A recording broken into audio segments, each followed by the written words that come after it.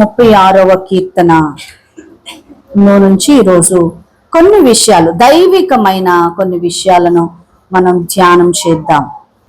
చూడండి, ఈ కీర్తన అంతా కూడా మరి దావీదు ఎంతో చక్కగా రాస్తున్నటువంటి కీర్తన. దీంట్లో దుష్టుడు ఎలా ప్రవర్తిస్తాడు, తర్వాత దేవుని కృప ఎంత గొప్పగా ఉన్నది, ఆ కృపను ఆశ్రయించిన వారికి వచ్చే అంతిమ విజయం. ఈ యొక్క 36వ కీర్తన అంతా కూడా అదే విషయాన్ని తెలియజేస్తుంది. భక్తిహీనుల యొక్క మార్గము మొట్టమొదటిగా చెప్తుంది. రెండవది దేవుని యొక్క కృప ఎంత గొప్పదో చెప్తుంది. మూడవది ఈ కృపను ఆశ్రయించిన ప్రజలకి వచ్చే అంతిమ విజయం ఎలా ఉంటుంది. ఈ విషయాలను, 3 విషయాలను ఈ యొక్క 36వ కీర్తనలో దావీదు ఎంతో చక్కగా మరి రాస్తున్నట్లుగా మనం గమనిస్తున్నాం. మొదటి 4 వచనాలు దుష్టుని యొక్క హృదయం ఎప్పుడు కూడా పాపముతోనే నిండి ఉంటది. దుష్టుని హృదయం ఎలా నిండి ఉంటదండి? దుష్టుని హృదయం ఎప్పుడు కూడా పాపముతోనే నిండి ఉంటది. ఓ క్రైస్తవుడా, పాపములో మగ్గి ఉంటే నువ్వు దుష్టుని మనసు కలిగి ఉన్నావు. దుష్టుని హృదయం ఎలా ఉంటుందో ఒకసారి మనం చూద్దాం. మొదటి వచనం, భక్తిహీనుల హృదయములో అతిక్రమము దేవోక్తి వలె పలుకుచున్నది, వాని దృష్టి ఎదుట దేవుని భయము బొత్తిగా లేదు. చూడండి, భక్తిహీనుల హృదయములంట అతిక్రమము. భక్తిహీనుడు అర్థమవుతుందా? అంటే భక్తి లేని వాళ్ళు. క్రైస్తవులు భక్తి లేకుండా ఉండొచ్చా? ఏ విషయంలో అయినా భక్తిహీనత వస్తుందేమో, చాలా జాగ్రత్తగా ఉండాలి. భక్తిహీనత ఎప్పుడైతే సాతాను వలె, దుష్టుడు వలె మీ జీవితంలోకి చొరబడుతుందో, యవనస్తులారా వినాలి. భక్తిహీనత అంటే అర్థం ఏంటి అనంటే దేవుడి యందు భయభక్తులు లేకపోవటం, భక్తి చేయకపోవటం. భక్తి అనేది అనుదినము చేసే ప్రక్రియ. రోజు బ్రష్ చేసుకుంటారా? రోజు స్నానం చేస్తారా? రోజు బట్టలు కట్టుకుంటారా? రోజు తింటారా కడుపు కోసం? అలాగా భక్తి అనేది రోజు చేసేది.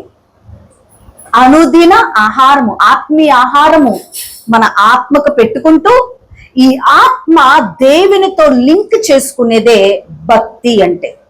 అంతేగాని ఒకరోజు ప్రభువుని అంగీకరించి ఇంకో రోజు అంగీకరించకపోతే అది కాదు భక్తి. భక్తి అనేది రోజు నువ్వు క్రమం తప్పకుండా దేవుని విధానంలో నడవటం, వాక్యములో నడవటం, ప్రార్థనలో ఎదగటం, క్రీస్తులో ఫలించటం, అనుదినము సంఘ సహవాసాలకు రావటం, లోకాన్ని పెంటగా ఎంచి నీ యొక్క భోగాలను, భాగ్యాలను విడిచిపెట్టి దేవుని మార్గములో నడవటం, ఇది కదా భక్తి అంటే. సో భక్తిహీనత ఎవరి యొక్క గుణము, లక్షణము అనంటే దుష్టుని యొక్క లక్షణము. దేవుని ప్రియమైన బిడ్డలారా, మన దేవుడు సృష్టికర్త అయిన దేవుణ్ణి మనం ఎందుకు వెంబడించాలి అని అంటే, ఒక ఆయన అంటున్నాడు, మరి చదువుకున్న పిల్లలందరికీ తెలుసు, బిగ్ బ్యాంగ్ థియరీ. ప్రపంచం ఎలా పుట్టుకొచ్చింది అని అంటే, ఒక పెద్ద విస్ఫోటనం జరిగింది. ఆ విస్ఫోటనం నుంచి అన్ని కూడా విడుదలైపోయినాయి, పగిలిపోయినాయి. అక్కడి నుంచి ఒక్కొక్కటి బయటికి వచ్చేసిన తర్వాత అవి కొన్ని ప్రపంచాలుగా మారినాయి అనే చెప్పేదే ఆ థియరీ. సైన్స్ అదే చెప్తుంది. కాబట్టి ఈ యొక్క ఒక వ్యక్తి ఇంకో వ్యక్తితో, 2 స్నేహితులు ఉన్నారంట. ఒక స్నేహితుడేమో, ఒకడేమో నాస్తికుడు, ఒకడేమో క్రైస్తవుడు. హల్లెలూయా. ఒకడేమో నాస్తికుడు, ఒకడేమో క్రైస్తవుడు. ఇద్దరికి విశ్వాసాలు ఉన్నాయి. నాస్తికుడుకున్న విశ్వాసం ఏంటి అని అంటే దేవుడు లేడని. క్రైస్తవుడుకున్న విశ్వాసం ఏంటి అని అంటే నిజమైన దేవుడు ఉన్నాడు, ఆయన ఒక్కడే దేవుడు అని. ఆమేన్. అయితే ఇప్పుడు క్రైస్తవుడు ఏం చేస్తున్నాడు అనంటే, తన స్నేహితుడికి సువార్త చెప్పడానికి ప్రారంభిస్తున్నాడు. ఏమని అంటే, మనం సృష్టిని కాదురా పూజించాల్సింది, సృష్టికర్తను పూజించాలి అని చెప్తున్నాడంట. అప్పుడు ఈ నాస్తికుడు అంటున్నాడంట, చాలా సార్లే బాగానే ఉంది, సృష్టిని కాదు సృష్టికర్తను, అసలు సృష్టికర్త లేదు ఎవరు లేదు, అంత ఒక విస్ఫోటనం లాగా జరిగింది అంతే తప్ప మనిషిని సృష్టించిన వాడు లేకపోతే సూర్యుని ఎవరైనా సృష్టిస్తారా, చంద్రుని ఎవరైనా సృష్టిస్తారా, ఆకాశాన్ని ఎవరైనా సృష్టిస్తారా, నక్షత్రాలు ఎవరైనా సృష్టిస్తారా? భలేగుండాలి, భలేగున్నావు నువ్వు. దాని అంతటికి అదే వచ్చింది, పెద్ద సృష్టిలో పెద్ద విస్ఫోటనం జరిగింది, అందువల్ల వచ్చిందే తప్ప నీ యొక్క ఏంటి నమ్మకాలు తీసుకొచ్చి నాకు రుద్దకో, నువ్వు పెద్ద అజ్ఞానివి, నువ్వు పెద్ద మూర్ఖుడివి, లేనివి ఉన్నట్టుగా నువ్వు నమ్ముతున్నావు. సృష్టిలో ఏది ఉంటే అది మనం అనుభవించటం, చక్కగా ఉండటం, ఇంత మట్టికే అని చెప్పేసి అన్నాడంట. అని అంటే ఇంకేమేమో చెప్పడానికి చాలా ప్రయత్నం చేశాడంట. వాక్యాలు ఎలా ఉంది అలా ఉంది అని ఏదో చెప్పడానికి ప్రయత్నం చేస్తే, చాలే నీ మాటలని కట్టిపెట్టి పాడబేడ, నువ్వు చర్చికి వెళ్ళేది కాకుండా మళ్ళీ నన్ను కూడా చర్చికి రమ్మంట. అక్కడ ఏముండదు అక్కడ, మోసం చేస్తారు వాళ్ళందరూ. దేవుడు దేవుడు దేవుడు అని మోసం చేస్తారంతే, మిమ్మల్ని దోచుకోవడానికి తప్ప ఇంకా దేనికి లేవు సంఘాలు అని చెప్పేసి అన్నాడంట. అంటే సరే అని చెప్పి కొన్ని 2 రోజులు ఆలోచన చేసి మళ్ళీ క్రైస్తవుడు నాస్తికుడి దగ్గరికి వెళ్ళాడంట. వెళ్ళి అరే మరి పలానా రోజు మా ఇంట్లో పెద్ద ఫంక్షన్ ఉంది, నువ్వు రావాలి అని చెప్పాడంట. చెప్తే సరే ఫంక్షన్ కా నేను వస్తాను, ఏ రోజు రావాలరా అంటే పలానా రోజు రావాలి అన్నాడంట.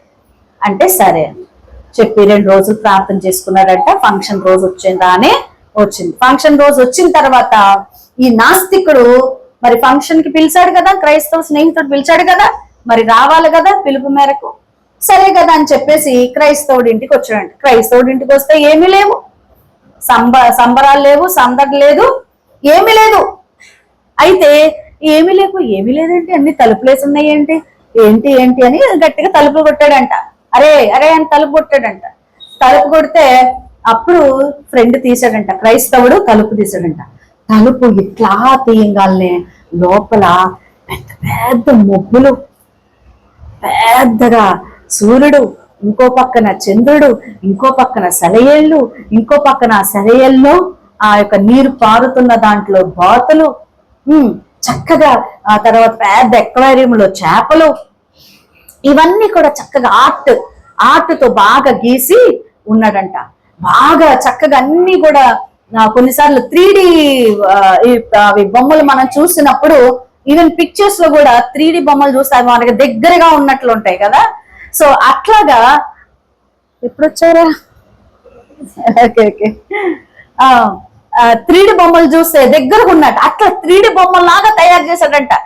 మొబ్బులు తయారు చేశాడంట, నీళ్లు ప్రవహించేలా పెట్టుకున్నాడంట. అన్ని చేసిన తర్వాత ఈ నాస్తికుడు లోపలికి వెళ్ళి అన్నాడంట, అబ్బా ఎంత బాగా చేసావురా, ఎవర్రా ఈ ఆర్ట్ గీసింది, ఎవర్రా ఈ ఆర్ట్ చేసింది, అసలు ఏ సెట్టింగ్ పని చేయదురా, ఏ సినిమా సెట్టింగ్ కూడా పని చేయదురా, అసలు ఏంట్రా ఇదన్నా, కళ్ళు పోతున్నాయిరా, ఏంట్రా అన్నాడంట.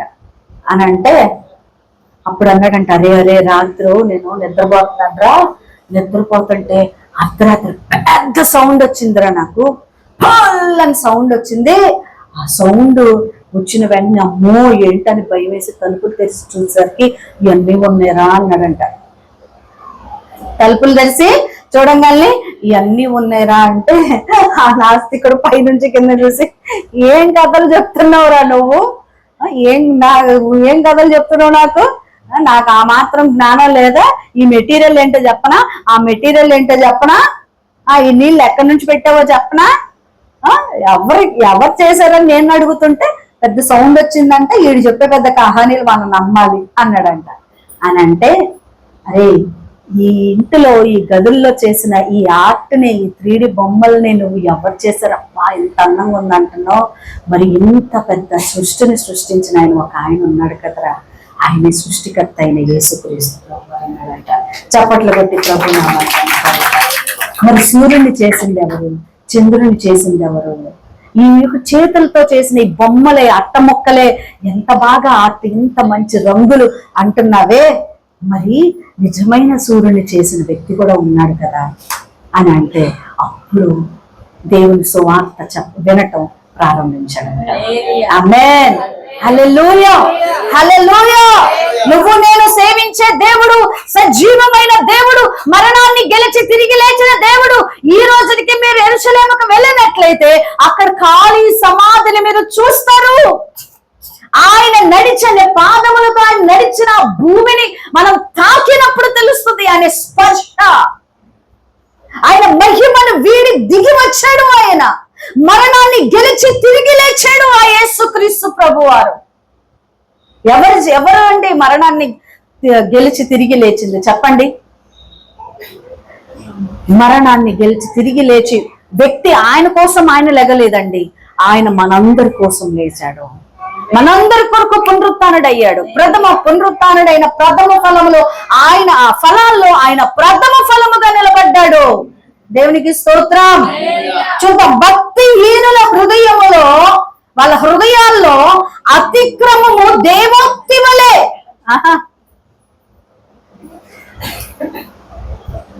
తల్లిదండ్రుల మాట కస్సు బుస్సులు ఆడతారు పిల్లలు.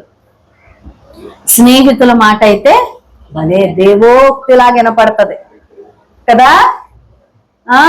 స్నేహితుడు మాటలు, స్నేహితురాల మాటలు అమ్మ మాట కంటే, నాన్న మాట కంటే, దేవుడి మాట కంటే తీయగా మధురంగా, నీకేం తెలుసు అంటారు ఇంట్లో. బయటికి వెళ్ళి అరే మనం బండి మీద వెళ్దాంరా, 100 దాటుదాంరా, 150 పెట్టే స్పీడ్గా వెళ్దాంరా అంటా ఉంటే మధురంగా, అరే ఈరోజు స్కూల్ మానేసి మనము ఆడుకుందాం అంటాడు స్నేహితుడు. ఇది ఎంతో దేవోక్తిలాగా వినపడుతుంది. తల్లిదండ్రుల మాట కటువుగా ఉంటది, అవునా కదా?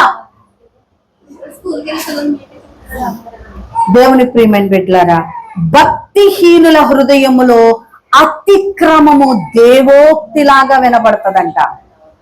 దేవుని ప్రియమైన బిడ్డలారా, మీకు మంచి ఎవరు చెప్తారంటే ఆకాశమందున్న దేవుడు, నిన్ను రక్షించిన దేవుడు చెప్తాడు.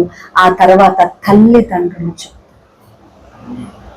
అందుకనే 10 ఆజ్ఞల్లో తల్లిదండ్రుల కోసం చెప్పాడు తప్ప స్నేహితుల కోసమో ఇరుగు పొరుగు వారి కోసం చెప్పలేదండి. నీ తల్లిని, నీ తండ్రిని సన్మానింపుము. మీరు ఏ వయసులో ఉన్నా, ఒకవేళ మీకు తల్లిదండ్రులు ఉంటే, ఇంకా భూమిని విడవకపోతే వారి పట్ల బాధ్యత కలిగి ఉండండి. ప్రేమను వెల్లడి చేయండి. కృతజ్ఞత కలిగి ఉండండి. మీ తల్లిదండ్రులను బట్టి మీరు ప్రభుని ఘనపరచండి. ఆమేన్, హల్లెలూయా. దేవుని ప్రియమైన బిడ్డలారా, భక్తిహీనుల హృదయములో అతిక్రమము దేవోక్తి వలె పలుకుచున్నది. దేవోక్తి వలె పలుకుతా ఉంటాడు. ఎప్పుడు కూడా దుష్టుడు ఏం చేస్తూ ఉంటాడు? మనసులో మాట్లాడుతూ ఉంటాడు. వాని దృష్టి ఎదుట దేవుని భయము బొత్తిగా లేదు. భక్తిహీనుని యొక్క దృష్టిలో దేవుని భయం ఏమీ లేదు. దేవుడు భయము లేక చెదిరిపోయేవారు, జీవితాలను నాశనం చేసుకునేవారు, చెడ్డ అలవాట్లకు బానిసలయ్యేవారు ఎంత మంది ఉన్నారు. నిన్ను బట్టి ప్రభుకి ఘనత వస్తున్నదా? భక్తిహీనత వల్ల ఇవన్నీ చేరతాయండి. దేవుని ప్రియమైన బిడ్డలారా, చూడండి, కీర్తనలో 34:11 నుంచి 14 వచనాల వరకు మనం చదివినట్లయితే,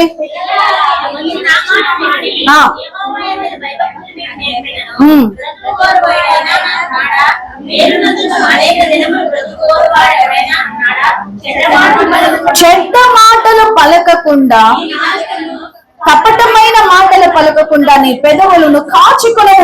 కీడు చేయటం మాని మేలు చేయము, సమాధానము వెదికి దానిని.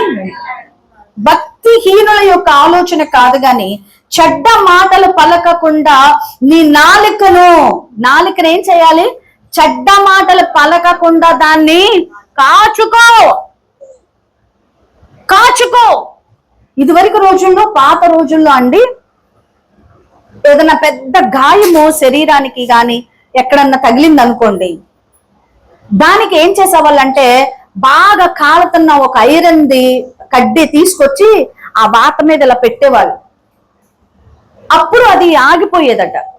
ఇదివరకు మరి వైద్యం లేదు కదా, సో ఇలాంటి వైద్యాలు చేసేవాళ్ళు. అంటే ఒక పెద్ద వాత. అలాగా విశ్వాసులు కూడా ఇప్పుడు ఎలా ఉంటున్నారో తెలుసా? వాత వేయబడిన మనసాక్షి కలిగిన వారిలా ఉంటున్నారు.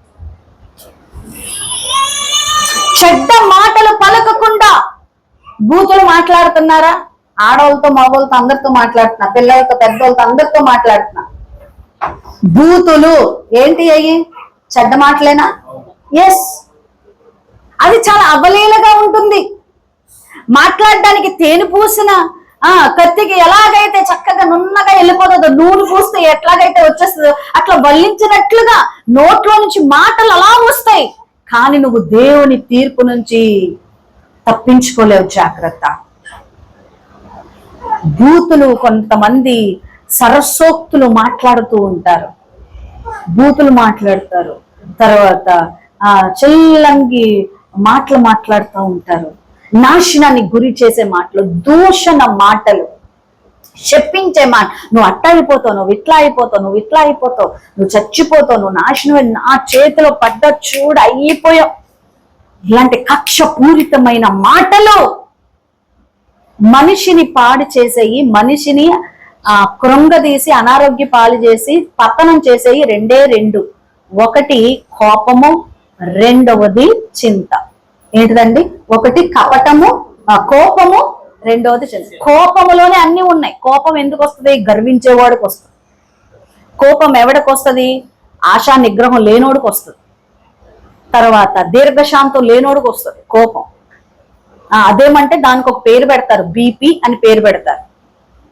బీపీ ఉంది కాబట్టి నన్ను అర్థం చేసుకో అంటారు. ఫస్ట్ కోపమే, కోపపు మాటలే. దేవుని ప్రియమైన బిడ్డలారా, చాలా జాగ్రత్త. కోపాన్ని అణుచుకో. ఉదయము కోపం వస్తే సాయంత్రం లోపల ఆ కోపం ఆగిపోయేటట్టు చూసుకో. బైబిల్ అదే చెప్తుంది. దేవుని సేవకురాలుగా నేను మీ మధ్యకు వచ్చి చెప్తా ఉన్నాను.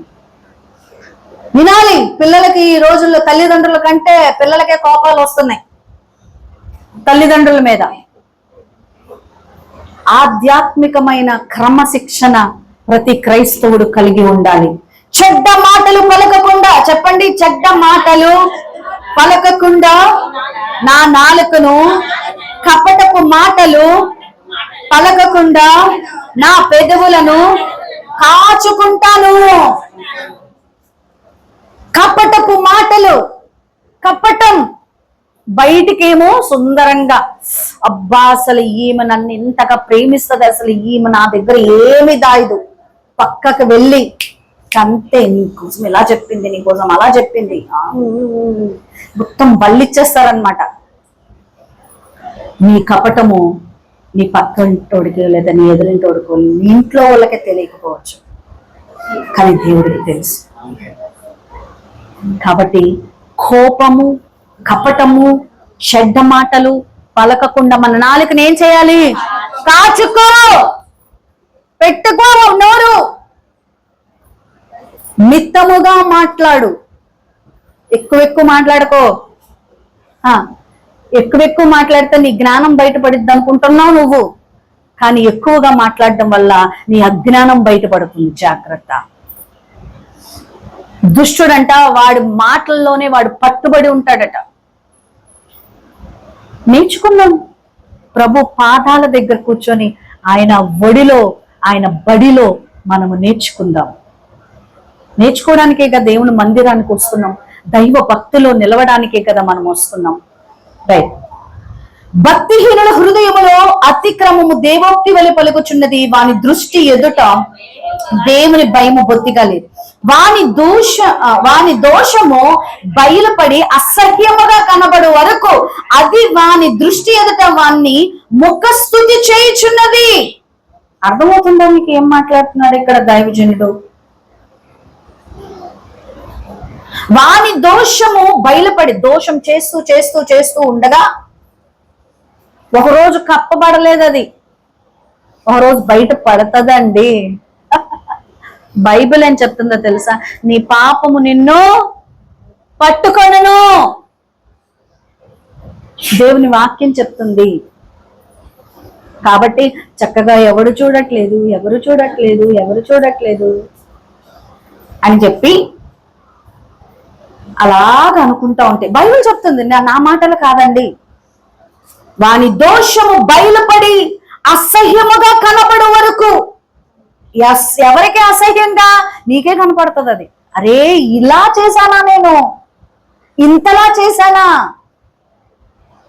కన్వర్డింగ్ అన్నమాట. అంటే ఎట్లా అంటే దావీదు ఎలా రాస్తున్నాడంటే మన పాపాలు మనకే తెలిసేటట్లు రాస్తున్నాడు. ఇక్కడ పరిశుద్ధాత్మ దేవుడు రాయిస్తున్నాడు. అయ్యో ఇలాంటి పని చేశానా నేను, అరే చిచ్చ ఇలా చేసి ఉండకపోవాల్సింది. దాని మీద మనకే అసహ్యం పుడుతుందంట ఒక రోజున. నాని దోషము బయలుపడి అసహ్యంగా కనబడు వరకు అది వాని దృష్టి ఎదుట, ఎవరి దృష్టి ఎదుట? తనకు తానే దృష్టి ఎదుట వాని ముఖస్తుతి చేయుచున్నది. ఆ దుష్ట క్రియ, ఆ పాపము, ఆ లోపము, ఆ భక్తిహీనత, ఆ యొక్క వ్యసనము, ఆ ఎడిక్షన్ ఏదైతే ఉన్నదో అప్పుడు సమ్మగా ఉంది, అప్పుడు చక్కగా ఉంది, అప్పుడు చక్కగా ముఖస్తుతి చేస్తా ఉన్నది. రీసెంట్ గా మనం న్యూస్ లో కూడా చూస్తూ ఉన్నాం కదా, రాజకీయ నాయకుడిగా పాస్టర్ అనే వ్యక్తి రాజకీయ నాయకుడిగా అదేంటి అవతారం ఎత్తి పలానా దగ్గరికి వెళ్ళి ఆయన చేస్తా ఉన్నప్పుడు అందరు మనుషులు స్తుతించారు, ముఖస్తుతి అయ్యింది. నేను గనక మంచిగా చేస్తాను అని చెప్పి అనుకున్నాడు. కానీ తర్వాత తన యొక్క ఆ యొక్క క్రియ బయటపడిపోయింది. అవునా కదా? చూడండి, కనపడు వరకు అది దృష్టి ఎదుట వాని ముఖస్తుతి చేయుచున్నది. చూడండి, ఇర్మియా గ్రంథము 17వ అధ్యాయం 9వ వచనం చదవండి. యవనస్తులు చదవండి, యవనస్తులు పెళ్లి కాని వాళ్ళు చదవండి. ఇర్మియా 17:9. ఇర్మియా గ్రంథము 17వ అధ్యాయము 9వ వచనం. హృదయము అన్నిటికంటే మోసకరమైనది, అది ఘోరమైన వ్యాధి కలది, దాన్ని గ్రహింపగలవాడు ఎవడు? చాలు చాలు. హృదయము అన్నిటికంటే మోసకరమైనదంట. ఎవరో కాదండి, బయట నుండి మోసం చేసేది. వాళ్ళు నన్ను మోసం చేశారు, వెన్నుపోటు పొడిచారు. అంతకంటే ముందుగా నీ హృదయమే నిన్ను మోసం చేస్తుంది. హృదయము మోసకరమైనది, అది ఘోరమైన వ్యాధి కలది. హృదయము ఎగట ఘోరమైన వ్యాధి. భక్తిహీనత అనేది ఒక పెద్ద కుష్ఠరోగం వంటిది, మోక్షం వంటిది, క్యాన్సర్ పుండు లాంటిది. దేవుని యొక్క త్రోవలో నడుస్తా ఉన్న మనల్ని ఎప్పుడైతే భక్తిని వదులుతామో, రోజు రోజుకి ప్రార్థనా జీవితం తగ్గించి, రోజు రోజుకి సహవాసం తగ్గించి, రోజు రోజుకి మన యొక్క ఇష్టాలను మన ఇష్టాలను నెరవేర్చుకుంటూ మనం ముందలకు వెళ్తా ఉంటామో, నీ హృదయం నిన్ను మోసం చేస్తుందని, అది ఘోరమైన వ్యాధి కలిగినది. హృదయము వ్యాధితో నిండిన కపట కేంద్రము, దానిని గ్రహించుట ఎవరి సాధ్యము? మనసు మర్మ మెరిగిన మహనీయుడా, నిజ స్నేహితుడా, నా మదిని కోవెలగా మరచుకోవయ్యా, నా హృదిని రారాజుగా నిలిచిపోవయ్యా, మనసున్న మంచి దేవా, నీ మనసును నాకిచ్చావా, మనసు మలినమైన నాకై మనిషిగా దిగి వచ్చావా. హృదయము వ్యాధితో నిండిన కపట కేంద్రం, వ్యాధితో నిండినది, అది మోసకరమైనది అని చెప్తోంది. హృదయము అన్నిటికంటే మోసకరమైనది, అది ఘోరమైన వ్యాధి కలిగినది, దాన్ని గ్రహించగలిగిన వాడు ఎవడు? నేను గ్రహించలేను, నువ్వు గ్రహించలేవు, కానీ దేవుడు గ్రహిస్తున్నాడు. దుర్గములను పడద్రోయండి. మీ గుండెలో చుట్టూర్త ఉన్న దుర్గము, భక్తిహీనత అనే దుర్గము, మోసం అనే దుర్గము, ఘోర వ్యాధి అనే దుర్గము, అవిధేయత అనే దుర్గము, దేవుని ఎదుట ఉన్న నిన్ను దేవుడు అంటున్నాడు, ఆ దుర్గము పడద్రోయి. అది నువ్వే పడద్రోసుకోగలవు. నేను చేయలేను, నేను చేయలేను, ఇంకెవరో చేయలేరండి.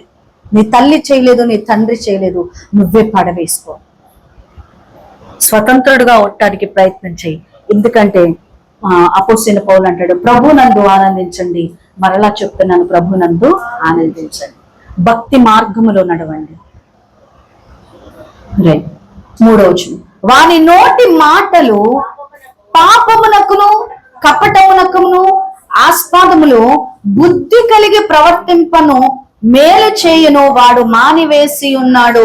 వాడు మంచము మీదని పాప యోచనను యోచించును. వాడు కాని నడతలు నడుచువాడు. చెడుతనము వానికి అసహ్యము కానే కాదు.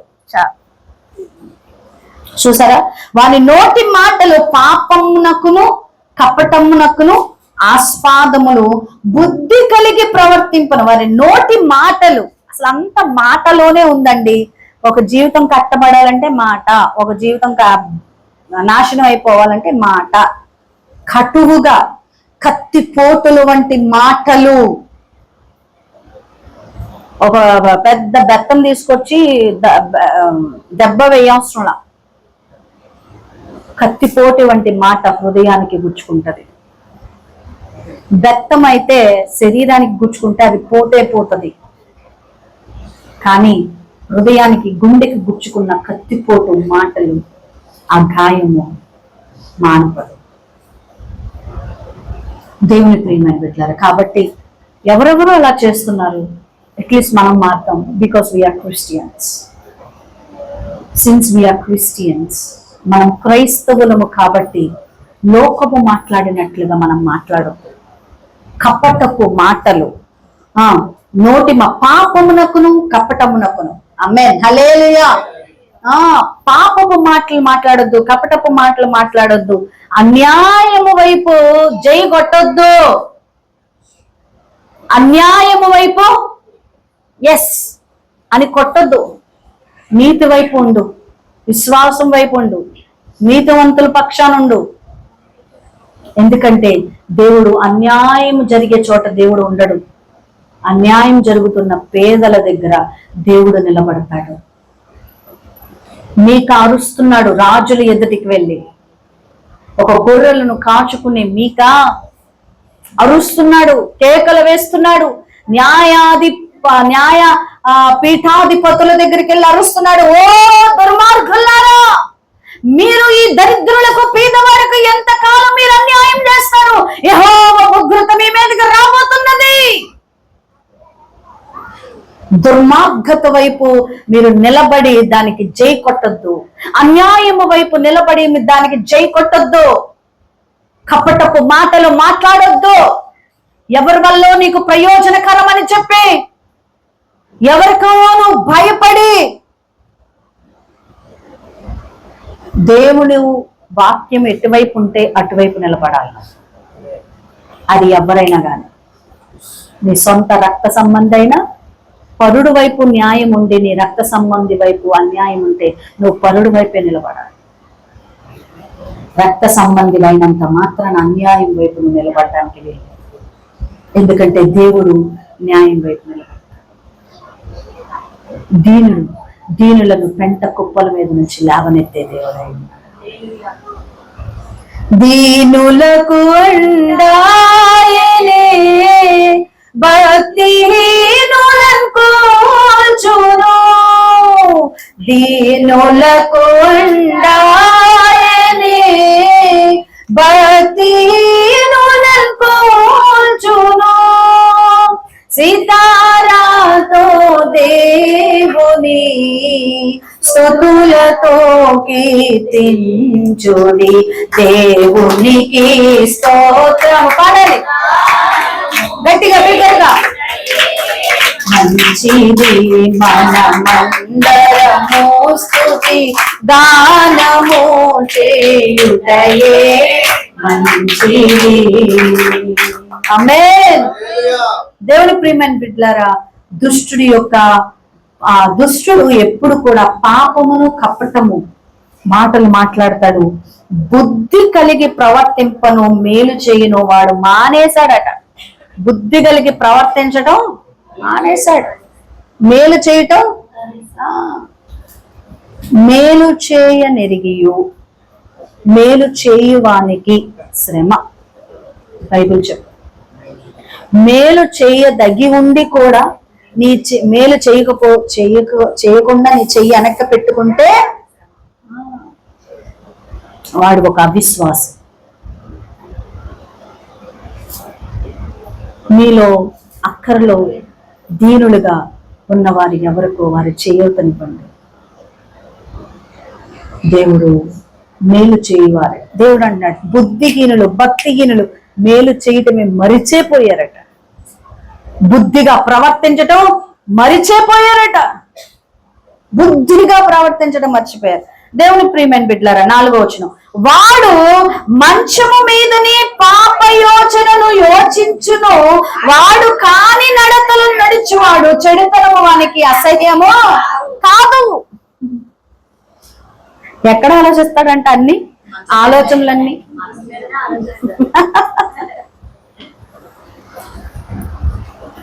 మంచైన చెడు. మనం కూడా అంతే, మంచం మీద ఆలోచిస్తాం. పడుకున్నప్పుడు, ఒంటరిగా ఉన్నప్పుడు, ఎవరు డిస్టర్బ్ చేయనప్పుడు ఐ నీడ్ మై స్పేస్ అంటున్నారు. ఇప్పుడు ఏమంటున్నారు? I need my space. కొంచెంసేపు నన్ను వదిలే అంటున్నారు. ఎంతసేపు ఏంటిది గోల? అవునా కదా? I need my space. చెప్పనక్కర్లే, ఎవరు గుచ్చుకునే వాళ్ళకి గుచ్చుకుంటే చాలు. ఎందుకంటే వాక్యము ఖడ్గము వంటిది. ఆమేన్. వాక్యము మనల్ని, ఆయన దుడ్డుకర్ర, గాఢాంధకారములో ఆయన దుడ్డుకర్ర మనల్ని దండిస్తుంది, ఆదరిస్తుంది. కొట్టేది ఆ యొక్క వాక్యమే, తీర్చిదిద్దేది ఆ వాక్యం. దేవుని ప్రియమైన బిడ్డలారా, ఏం చెప్తున్నాను? మంచము మీద యోచన చేస్తాడు. మంచము మీద యోచన చేస్తాడంట. పాప యోచనను యోచించును, వాడు కాని నడతలు నడుచువాడు చెడుతనము వానికి అసహ్యము కాదు. చెడుతనం చేయటం అనేది వాడికి అసహ్యం కానే కాదు. చెడ్డ పనులు చేయటం ఎంతో ప్రీతిగా ఉంటాయి కొంతమందికి. బైబిల్ చెప్తుందండి, చెడ్డ పని ప్రీతికరము, ఇష్టము. ఐ నీడ్ మై స్పేస్ అన్నాను కదా. ఆ మాట ఎందుకు అన్నానంటే, సైన్స్ ఏం చెప్తుందంటే, సైన్సే కాదు, బైబిల్ కూడా చెప్తుంది ఏంటంటే, human being is a rational being or else relational being. అంటే అర్థం ఏంటంటే, దేవుడు మనిషిని సృష్టించిందే మనిషి ఒంటరిగా ఉండటం మంచిది కాదు అని సాటి అయిన సహాయాన్ని, ఒక సహవాసాన్ని దేవుడు సృష్టించాడు. ఇక నాకు వీళ్ళతో సంబంధం లేదండి, వాళ్ళతో సంబంధం లేదండి, వాళ్ళతో సంబంధం లేదండి, నా భక్తి నాకేనండి, నా భక్తి దేవుడు తెలుసులేండి, మీకేం కనపడాల్సిన అవసరం లేదండి. క్రైస్తవులు సహవాసం చేయాలి. ఆమేన్. దేవుడు సహవాసం చేయటానికి మరో వ్యక్తిని దేవుడు సృష్టించాడు. సో రిలేషనల్ బీయింగ్ ఎప్పుడు కూడా. అందుకనే తోడు లేకపోతే కన్నీరు వస్తుంది, దుఃఖం వస్తుంది, ఒంటరితనం వస్తుంది. మీలో ఒంటరి అయిన వాడు 1000 మంది అగును. ఆమేన్. ఈ ఆశీర్వాదం నా మీద పలకండి. మీలో ఒంటరి అయిన వాడు 1000 మంది అగును. ఆమేన్. హల్లెలూయా, హల్లెలూయా. 1000 మందిగా నేను మారుదును గాక. దేవుని యొక్క సన్నిధానంలో ఆశీర్వాదం నేను ఈరోజు పొందుకుంటున్నాను. అబ్రహాం ఆశీర్వాదం మనందరి మీదకి వచ్చిన కాక. అబ్రహాం ఆశీర్వాదం మనందరి మీదకి వచ్చిన కాక. క్రీస్తు యేసు మహిమలో మనందరి మీదకి వచ్చిన కాక. ఆమేన్, ఆమేన్. దేవుని ప్రియమైన బిడ్డలారా, గమనించండి, మంచము మీద యోచనలు చేస్తూ ఉంటాడట. తర్వాత కాని నడతలను వాడు ఏం చేస్తున్నాడంట? నడుస్తాడు. కానీ నడతాలంటే ఈ మార్గంలో వెళ్ళకూడదు, కానీ ఆ మార్గంలోనే వెళ్తాడు. అమ్మ ప్రార్థనకు రాలేదేంటి అని అంటే చాలు, ఒకసారి అడిగాను అనుకో పర్వాలా, రెండోసారికి పద్దాగా ఎవడు ఇదే అడుగుతుందండి బాబోయ్. కానీ నడతలు నడుస్తాడు. బుద్ధి మాటలు వాళ్ళకి పని చెయ్యవు. అర్థమవుతుందా? రైట్. దుష్టుని యొక్క మనసు మార్గము, దుష్టుని హృదయము పాపముతోనే నిండుకొని ఉంటది. అది వారి యొక్క కపటాన్ని, అలాగే వారి నోటి మాటల పాపానికి కపటానికి దారి తీస్తాయి. కాబట్టి మనకేం ఉండకూడదు? దుష్టుని మనసు ఉండకూడదు. చెప్పండి, దుష్టుని మనసు ఉండకూడదు. భక్తిహీనుని యొక్క మనసు మనకి ఉండకూడదు. ఎందుకంటే మనము అందరము కూడా యేసు రక్తంతో కనగబడిన వాళ్ళ, యేసుని తెలుసుకున్న వారం కాబట్టి ప్రభు నామాన్ని ఘనపరచాలి. అది మొట్టమొదటిగా చెప్తుంది. తర్వాత 5వ వచనము నుండి మనం చూసినట్లయితే 5 నుంచి 9 వరకు దేవుని యొక్క కృప కొరకు మరి ఇక్కడ పరిశుద్ధాత్మ దేవుని ద్వారా దావీదు రాస్తా ఉన్నాడు. 5వ వచనం, యెహోవా నీ కృప ఆకాశం అంటుచున్నది, నీ సత్య సంగత్వము అంతరిక్షమును అంటుచున్నది. ఆమేన్, హల్లెలూయా. ఆయన కాసము మేఘములతో కాపును, ఆయన కాసము మేఘములతో కాపును, భూమి కొరకు వర్షము సిద్ధపరచువాడని. పడని భూమి కొరకు వర్షము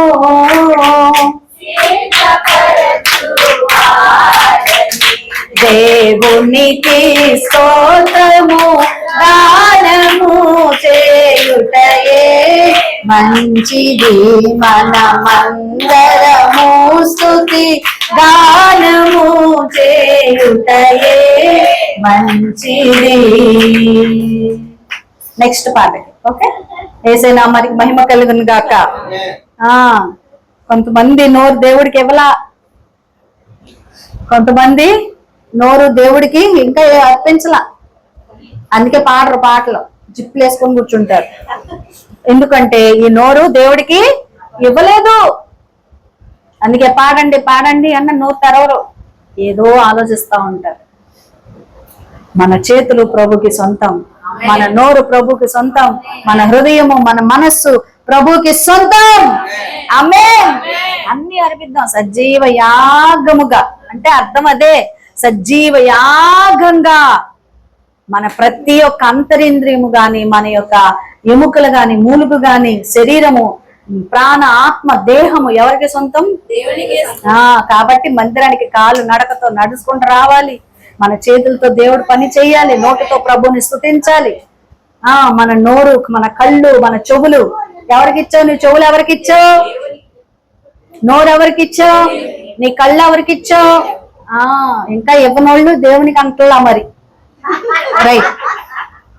యెహోవా నీ కృప ఆకాశం అంటుచున్నది, నీ సత్య సందత్వము అంతరిక్షము అంటుచున్నది, నీ నీతి దేవుని పర్వతములతో సమానము, నీ న్యాయ విధులు మహాగాధములు. యెహోవా నరులను జంతువులను రక్షించువాడవు నీవే దేవా, నీ కృప ఎంతో అమూల్యమైనది. నరులు నీ రెక్కల నీడను ఆశ్రయించుచున్నారు, నీ మందిరము యొక్క సమృద్ధి వలన వారు సంతృప్తి నొందుచుచున్నారు. నీ ఆనంద ప్రవాహములోనిది నీవు వారికి త్రాగనిచ్చుచున్నావు. నీ యొక్క జీవపు ఊట కలదు, నీ వెలుగును పొందియే మేము వెలుగు చూచుచున్నాము. చెప్పండి ప్రభునామమును మహిమపరుద్దాం. హల్లెలూయా, హల్లెలూయా. ఆయన కృప ఆకాశం అంటుచున్నది. భూమి కంటే ఆకాశం, 103వ కీర్తనలో పోయిన వారు నేను చెప్పాను, భూమి కంటే ఆకాశము ఎంత ఉన్నతముగా ఉన్నదో ఆయన యందు భయభక్తుల గలవారి ఎడల ఆయన కృప అంత అధికముగా ఉన్నదట. ఆయన కృప ఆకాశాన్ని అంటుచున్నది. దేవుని ప్రియమైన బిడ్డలారా, ఆయన కృప వలన మనకేం కలుగుతుందంట? నీ కృప ఎంతో అమూల్యమైనది. నరులు నీ రెక్కల నీడను ఆశ్రయించుచున్నారు, నీ మందిరం యొక్క సమృద్ధి వలన. సమృద్ధి ఎక్కడుంది చెప్పాలి అందరూ? సమృద్ధి ఎక్కడుంది? ఎస్. కాబట్టి మందిరంలోకి రావడానికి అశ్రద్ధ చేయొచ్చా? ఆ ఆదివారం మందిరానికి దేవుడికి ఇవ్వాల్సిన సమయాన్ని దేవుడికి ఇవ్వకుండా అటు ఇటు వెళ్ళొచ్చా? వెళ్ళకూడదు. ప్రభు యొక్క దినము చాలా పవిత్రమైనది, పరిశుద్ధమైనది. పునరుత్థానుడైన దేవుని యొక్క రోజు మనం దేవునికి సొంతం చేద్దాం. హల్లెలూయా. దేవుడు 6 రోజులు చేశాడు, 7వ రోజు విశ్రాంతి. అంటే ఆయన పడుకున్నాడని అని కాదు అర్థం. ఖచ్చితంగా మనిషికి విశ్రాంతి కావాలి. అయితే మనం ఆరాధించేది విశ్రాంతి దినం కాదు. ప్రభు తిరిగి లేచాడు, ఇది మొదటి రోజు. కాబట్టి మొదటి రోజు ఎవరికి ఇవ్వాలి? దేవునికి ఇవ్వాలి. మన ప్రాణాలకి విశ్రాంతి. అదేంటి సబ్బాతు మీకోసం, సబ్బాతు మన కోసమే అంటున్నాడు. అంటే అర్థం ఏంటి అని అంటే, మనము సబ్బాతు కోసం కాదు, మనుషుల కొరకే సబ్బాత్ అంటాడు. ఎందుకంటే యేసు ప్రభు వారు సబ్బాతు దినం రోజున చాలా మందిని స్వస్థపరిచినప్పుడు పొలంలోకి వెళ్ళి తుంచుతున్నారేంటి, లేకపోతే ఆ యొక్క కుంటోడిని లేవనెత్తుతున్నారేంటి, గూనోడిని స్వస్థపరుస్తున్నారేంటి అని చెప్పి చాలా మంది విమర్శించినా ప్రభు అంటున్నాడు, ఈ దినము ప్రజల కోసమే తప్ప మన కోసము కాదంటే. మనిషి ప్రాణము విశ్రమం ఎక్కడ అంటే క్రీస్తులోనే. ఆమేన్, హల్లెలూయా. నీ ప్రాణానికి విశ్రాంతి ఎక్కడా? క్రీస్తులో. అందుకనే ఆయన అంటాడు, నీ మందిరము యొక్క సమృద్ధి వలన వారు సంతృప్తి నొందుచున్నారు. ఆమేన్, సంతృప్తి నొందుచున్నారు. చూడండి, యాకోబు పత్రిక 1వ అధ్యాయం 17వ వచనం చదవండి. యాకోబు 1:17, శ్రేష్టమైన ప్రతి ఈవియు సంపూర్ణమైన ప్రతి వరమును పరసంబంధమైనదై జ్యోతిర్మయుడగు తండ్రి యొద్ద నుండి వచ్చును. ఆయన యందు ఏ చంచలత్వమైనను గమనాగమనముల వలన కలుగు ఏ ఛాయ అయినను లేదు. శ్రేష్టమైన ప్రతి సంపూర్ణమైన ప్రతి వరము పరసంబంధమైన జ్యోతిర్మయుడగు తండ్రి యొద్ద నుండి మనకి వచ్చుచున్నది అనే విషయాన్ని దేవుడు తెలియజేస్తున్నాడు. కాబట్టి మనము కలిగి ఉన్న ప్రతిదీ ఎవరి దగ్గర నుండి వచ్చినది? ఎవరి వరం అది? రక్షణ అనేది ఎవరి వరం అది? పరలోక రాజ్యము స్వాస్థ్యంగా మనం పొందుకున్నామంటే అది ఎవరి వరము? మనం ఇల్లు ఇక్కడ లేదు, పరలోకంలో ఉన్నది. ఇది శిథిలమైపోతుంది, అద్దె కొంప ఇది. ఈ శరీరం కూడా అద్దె కొంపే, మనం ఉంటున్న ఇల్లులు అద్దె కొంపే. అర్థమవుతుందా మీకు?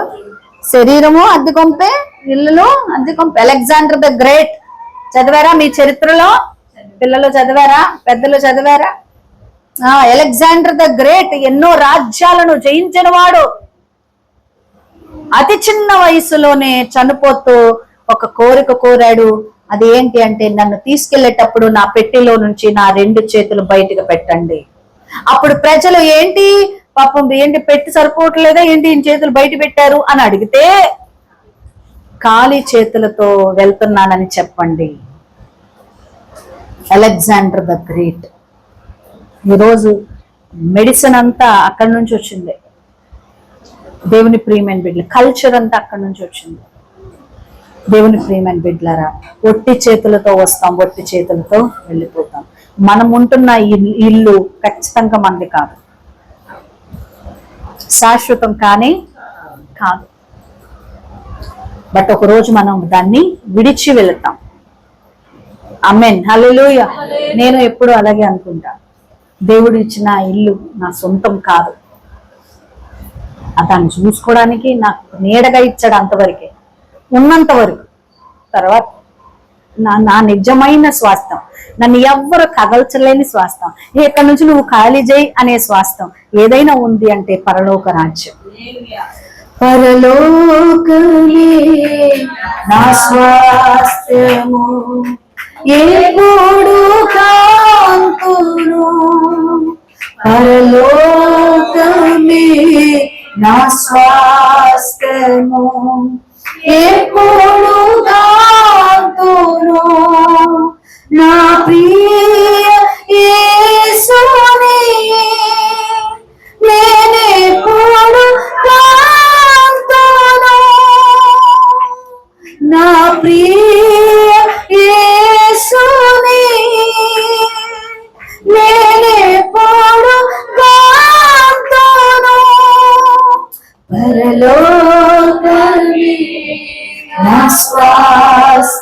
స్వాస్థ్యము ఎప్పుడు గాతును పరలోకమే నా స్వాస్థ్యము ఎప్పుడు గాతును. అక్కడ ఆకలి దప్పులు ఉండవంట. హల్లెలూయా. కన్నీరు దుఃఖము ఉండదు, ఆకలి దప్పులు ఉండవు, కన్నీరు దుఃఖం ఉండదు.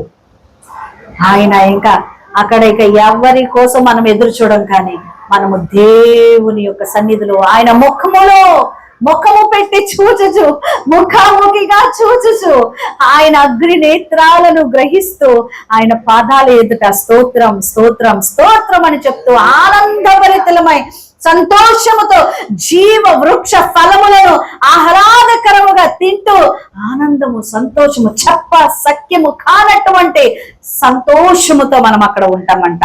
ఆమేన్. హల్లెలూయా హల్లెలూయా. కాబట్టి ఈ లోకములో ఉన్నంత ఈ జీవితం అంతా దుఃఖము కన్నీరే. అయితే దేవుని ప్రియమైన బిడ్డలారా, మనము ఈ లోకములో కలిగి ఉన్న ప్రతి ఈవి ఎక్కడ ఉన్నదంట? దేవుని మందిరము యొక్క సమృద్ధి వలన వారు సంతృప్తి నందుచున్నారు. నీ ఆనంద ప్రవాహములోనిది నీవు వారికి త్రాగనిచ్చుచున్నావు. దేవునికి స్తోత్రం. సమరయ స్త్రీ అంటుంది, అయ్యా నేనే నీళ్లు చేదుకోవడానికి వచ్చాను, నువ్వు యూదుడివి, నా దగ్గర ఎందుకు అడుగుతున్నావు నువ్వు నీళ్లు? నేను ఇచ్చిన నీళ్లు తాగువాడు ఎన్నటికి దప్పికొనడు. అయితే ఇవ్వు. రోజు ఈ ప్రయాస ఉండదు. రోజు మెట్ట మధ్యాహ్నం నేను మనుషులందరూ పడుకున్నప్పుడు ఇలా దాక్కొని రావాల్సిన అవసరం లేదు, నాకు ఇవ్వు ఒక బింది, రోజు ఇవ్వు నాకు అని అంటే,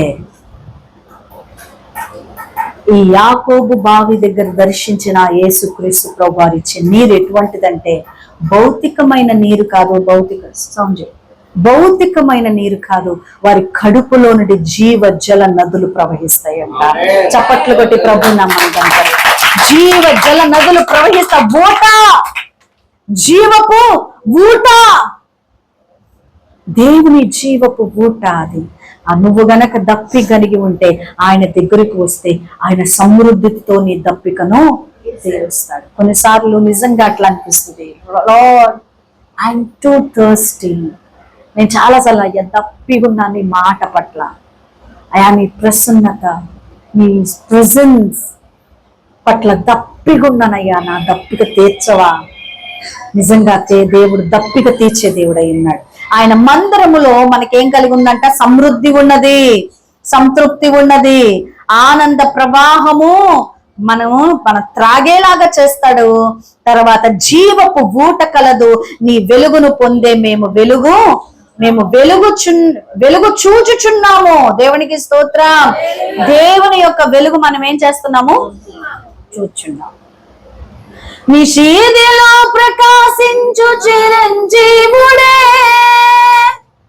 పరంజ్యోతి యేసుని ముందు నడువగా, యేసు వైపు చూడు నీ భారమంత తీరు, యేసు వైపు చూడు నీ భారమంత తీరు, తీరానికి చేరు.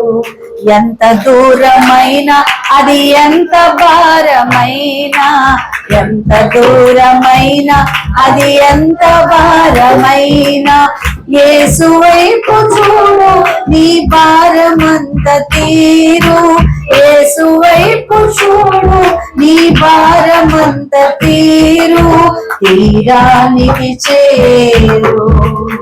ఎంత దూరమైనా. పాస్టర్ గారు మొదటి వచ్చిన రాస్తాడు, నడచి నడచి అలిసిపోయినావా, నడవలేక సొమ్మసిల్లి సొమ్మసిల్లి నిలిచిపోతాం కదా వాకింగ్ చేస్తే. ఎంతమంది వాకింగ్ చేస్తారు? రోజు వాకింగ్ చేస్తున్నారు, ఎవరు చేయట్లేదు. అలిసిపోయి అంత చేయట్లేదా? అసలే చేయట్లేదా? నడిచి నడిచి నడిచి నడిచిందాక అలిసిపోయినప్పుడు చెట్టు కింద నుంచొని నడవలేక సొమ్మసిల్లి నిలిచిపోయినావా. అప్పుడు అంటున్నాడు, అయితే నిల్చున్నావా, నిషీదిలో ప్రకాశించుచున్న చిరంజీవుడే, ఆ పరంజ్యోతి అయిన యేసుని ముందు నడువగా, యేసు వైపు చూడు నీ భారం అంతా, పాప భారం తీరిపోతుంది, మరణ భారం తీరిపోతుంది, అసమాధానం తీరిపోతాయి. అప్పుడు దాకా క్షమించలేక గుండెంతా కపటముతో కక్షతో నిండుకొని ఉన్న అదంతా కూడా యేసయ్యే క్షమించినప్పుడు మనమంతా అనుకున్నప్పుడు అదంతా దిగిపోతుంది. నువ్వు ఫ్రీ అయిపోతావు. నీ యొక్క ద్వారములు తెరవబడతాయి. ప్రతి తూము కూడా విప్పబడి ఫ్రీగా వాటర్ ముందలకు వెళ్తాయి. దేవునికి స్తోత్రం. అదే అంటున్నాడు, జీవపు ఊట కలదు, నీ వెలుగు పొంది మేము వెలుగుచున్నాము. సో దేవుని కృప గురించి దావీదు ఇక్కడ మాట్లాడుతున్నాడు. కృపను ఆశ్రయించిన వాడు విజయము పొందుతాడనే విషయాన్ని 10వ వచనము నుంచి 12వ వచనం వరకు మనం చదవచ్చు. నిన్ను ఎరిగిన వారి ఎడల నీ నీతిని ఎడతెగక నిలుపుము, గర్విష్ఠుల పాదమును నీ మీదికి రానియకము, నా మీదికి రానియకము, భక్తిహీనుల చేతిని నన్ను పారదోలనీయకము. అదిగో పాపము చేయవారు అక్కడ పడి ఉన్నారు, లేవలేకుండా వారు పడద్రోయబడి ఉన్నారు. చప్పట్లు కొట్టి ప్రభు నామమును మహిమపరుద్దాం. హల్లెలూయా. గర్విష్ఠులు, పాపము చేయవారు పడి ఉన్నారు, వారు ఇంకా లేవకుండా పడి ఉన్నారు. చూసారా, భక్తిహీనులు పడిపోతారు ఒక రోజున, భక్తి పరులు లేవనెత్తబడతారు. ఇది అంతిమ విజయము క్రైస్తవులకి. ఈ రోజు నువ్వు బలహీనంగా లేకపోతే ఏమో తెలియనటువంటి గమ్యం వైపు నువ్వు నడుస్తున్నట్లుగా మనిషికి కనపడచ్చు, కానీ నీ భక్తి ఒక రోజున నిన్ను విజయము వైపు నడిపిస్తుంది. ఆమేన్. హల్లెలూయా, హల్లెలూయా. దేవుని యొక్క సన్నిధానంలో నిలబడినప్పుడు ఆ మహిమను చూపినప్పుడు, అమ్మో భూమి మీద నాకంటే జ్ఞానవంతులు చాలా మంది ఉన్నారు, నాకంటే ఐశ్వర్యవంతులు ఎంతో మంది ఉన్నారు, నాకంటే పెద్ద పెద్ద ప్రధానులు మంత్రులు ఎంతో మంది ఉన్నారు, అల్పుడైన దీనుడైన పెంట కుప్ప మీద ఉన్న నాకా ఈ ప్రభువా ఈ ఇల్లు, నాకా ఈ ఘనత, నాకా ఈ కిరీటం, నాకా ఈ మహిమ. లాజరు అనుకుంటున్నాడు, భూమి మీద ఉంటే నాకు తిండి కూడా లేదు కదా ప్రభువా. కానీ ఈరోజు అబ్రహాము రొమ్మునే నేను అనుకున్నానా? అది నీ భాగ్యం ఓ క్రైస్తవుడా, అది నీ భాగ్యం, అది నీకు విజయం. కాకరపరు గ్రామంలో నీవు పరలోకం నుంచి, ఈ భూమి మీద నుంచి కాకరపరు గ్రామం నుంచి పరలోకం వెళ్ళినప్పుడు జ్ఞానులు వెర్రివారైపోతున్నారు, వెర్రివారిని దేవుడు పైకి లేవనెత్తుతున్నాడు. ఆమేన్. హల్లెలూయా. ఈ యొక్క విశ్వాసము క్రీస్తునందు ప్రయాస వ్యర్థము కానే కాదు. మన రక్షణ ఏం చేస్తుంది? తనకున్న ధన నిధిలో ఉన్న 10,000 రూపాయలు, లేకపోతే 50,000 రూపాయలు, 1,00,000 రూపాయలు ఉంటాయి, 1,00,000 రూపాయలు దేవుని మందిరానికి తెస్తుంది. పక్కింటోడు ఏం చేస్తున్నాడు? వెళ్ళి భూమిలో విత్తుతున్నాడు. ఈమె విత్తేది బహు గొప్పగా ఇంక్రీజ్ అవుతుంది. దేవుని ప్రియమైన బిడ్డలారా, క్రైస్తవుడు ఎక్కడైతే విత్తుతున్నాడో, కృతజ్ఞతార్పణే గాని, కానికే గాని, జీవితమే గాని, తలాంతలే గాని, సమయమే గాని, ఏదైనా ఎక్కడైతే ఈ సమయాన్ని విత్తుతున్నాడో అది క్షయము కానటువంటిది, అక్షయమైనది. అక్షయమైన దేశంలో మనం విత్తుకుంటున్నాం. ఆమేన్. కన్నీరే లేదు, కష్టాలే లేవు, శోధన బాధలు లేవు. కన్నీరే లేదు, కష్టాలే లేవు, శోధన బాధలు లేవు. ఆనందగాన తరంగములు, ఆనందగాన తరంగములు, నా యేసుకే స్తుతి హారతులు, నా యేసుకే స్తుతి హారతులు. శృంగార నగరమది నాత్మ చూచుచున్నది, అందాల నగరిలో నాకున్నది, నా యేసు సన్నిధి నాది. సియోను పురమే నాకున్నది, అంతము కాదు సమాధి. శృంగార నగరమది. ఆమేన్. హల్లెలూయా, హల్లెలూయా. దేవుని ప్రియమైన బిడ్డలారా గమనించండి, పాపము చేయువాడు, గర్విష్ఠులు, కపటములాడే నాలుక కలిగిన వారు వాడు పడిపోతారు. వారికి లేవకుండా దేవుడు ఏం చేస్తాడంటే అలాన్ని పడవేస్తాడు. అశ్షూరీయులు ఎంతగానో ఇశ్రాయేలు ప్రజల మీద యుద్ధం చేసి ముందరకు వస్తే అసలు వాళ్ళ దేశమే లేకుండా చేసేసాడు దేవుడు.